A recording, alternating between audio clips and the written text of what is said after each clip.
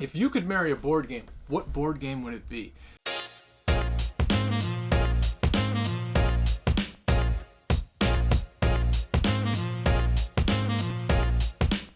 So we got married roughly a week and a half ago, and we hosted an Instagram contest, which may or may not be live by the time you're watching this video.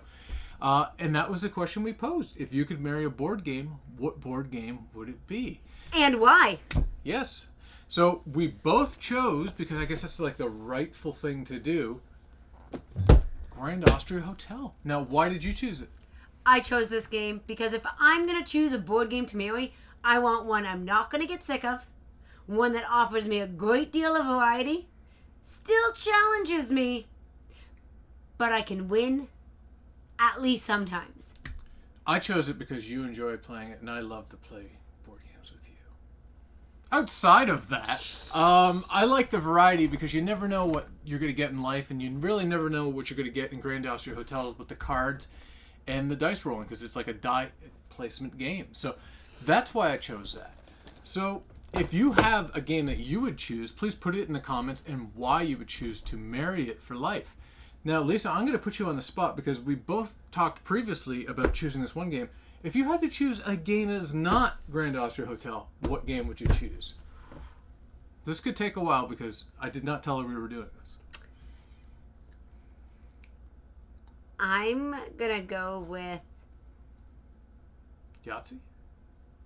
Monopoly? No. Well, if we wanted to go based on the game I've played the most times... No. You have to marry it. This I is have to not. You marry have to it. keep all that same feelings that you had beforehand. All right, let's just take a spin around here. Oh boy. Ooh, this is if I only... I'm going to have to go with We have to viticulture. Viticulture, okay. And I'm with thinking the expansion? with the expansion. Isn't that kind of cheating? I'm not cheating on viticulture. I'm just bringing Tuscany along for the ride. Well, yeah, you bring along 9 extra modules. So, that's a little bit... Is there a game that you would choose, and I know you love viticulture, is there a game you'd choose where you don't get to bring along an extra 9 or 10 expansions with it? You're like, Ticket to Ride plus 14 boards. It doesn't count. That makes me really question this marriage here. Now you're like, well, what extra? Well, that's a whole other story, but I'm in trouble. I'm in trouble. He's going to pay for that comment? Probably. But then I'm going to go with, and you're going to get mad at me for this one. Catan? No. Okay. I'm going to go with Vinos. And the reason I'm going with Vinos is because I love the theme again. I get to build my different vineyards. I get to sell my wine in different places. I can export. I can hire specialists and build up my empire. I like a good engine building game. So if I had to choose one game to marry, it would likely be Vinos after Hotel Grand Austria. Now, I'm noticing a trend here, because if you look at this game, wine right on the cover, and there's wine in the game. Viticulture. Okay, what would I choose? Yes, Matthias, what would you choose since you had more time? Originally, I was thinking about this question. I thought, if I'm going to marry something, it's something I can play multiplayer and solo. But then I thought, that's not overly romantic, as you can probably see the glare I'm getting right now. So I'm going to choose something based on multiplayer. Ooh, can I guess? I know what I was originally going to do. I know I'm on camera. I'm guessing... going to have to speed it up here. I was thinking about that just because... Why not Twilight Struggle? Okay. Obviously, is marriage love and war?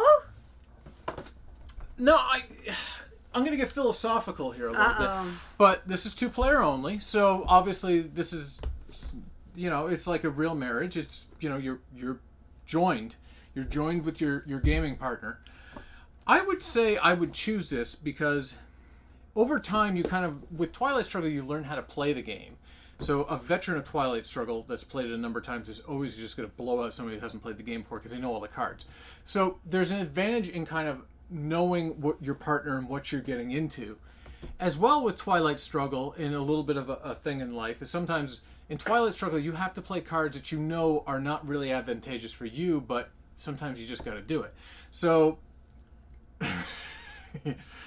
definitely happy wife is a happy life. Is that what you're trying to tell me? Well, yeah, but sometimes if I'm Russian, I have a U.S. card. I have to play that card, even if I don't want to. I can't go off to. You can burn cards in a space race, but sometimes you have to play something that is going to damage you, and then you have to try to mitigate how that goes. So I would say that it's a good game. It's educational, and even though we play it a bit and we get a little bit ornery when we play it, we chose the Grand Austria Hotel, which is kind of like dice rolling with like wine and crumpets and all that fun stuff. Wine, cake, strudel, coffee, and cake. Okay, and then you went right to the booze, and then I went right to the war. So I don't know what this is really ultimately going to say. It's unique and interesting. Absolutely. Just like us. For sure. So what games would you guys choose? Put them in the comments.